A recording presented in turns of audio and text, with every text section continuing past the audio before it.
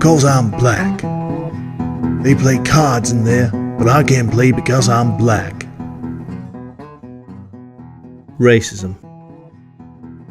The Emancipation Proclamation of the 1860s declared the freedom of any slaves living in the Confederate States of America. However, racism was still a key issue for many years after. During the 1920s, just before the period that of Mice and Men was set, the Ku Klux Klan, a racist organisation dedicated to fighting for white supremacy, enjoyed a revival, claiming that its membership had swelled to around 5 million members. With such an intense history surrounding black and white relations, the theme of racism would have been unavoidable for Steinbeck when writing the novel, and he addresses the issue through the character of Crooks. It is important to note that although Steinbeck presents the issues of racism and prejudice in a way that many people today find extremely offensive, it does not mean that he shared those views himself. What often shocks pupils and modern readers about Crooks is that he is openly referred to as a nigger. Obviously, and in normal situations in the classroom or elsewhere in today's society, this would be highly inappropriate.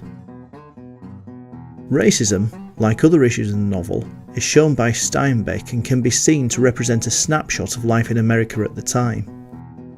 Indeed, and as a result of the narrative voice and style he adopts, Steinbeck allows readers to draw their own conclusions. There are a number of events in the novel which reflect aspects of American society at the time. The first is segregation. Crooks is not allowed to share the living space with the men. I ain't wanted in the bunkhouse. Instead, he is forced into isolation, set in a bed in the harness room. It is only Lenny who asks innocently, "Why ain't you wanted?" Crooks is used and abused by the men as they vent their own frustrations. Because of the colour of his skin, Crooks takes the blame and the beatings for the mistakes of others, a factor that is accepted by the other characters. Indeed, it is evident that the prejudice is so deeply ingrained that all of the men accept every racist act or comment without question. It is worth noting that the only character who does not understand the issues of racism and prejudice is Lenny. Lenny smiled helplessly in an attempt to make friends. When Curly's wife threatens Crooks, she alludes to the lynchings undertaken by the Ku Klux Klan. Lynchings would occur when a black man was accused of a crime, often with little or no evidence, and then hung with no trial by a lynch mob.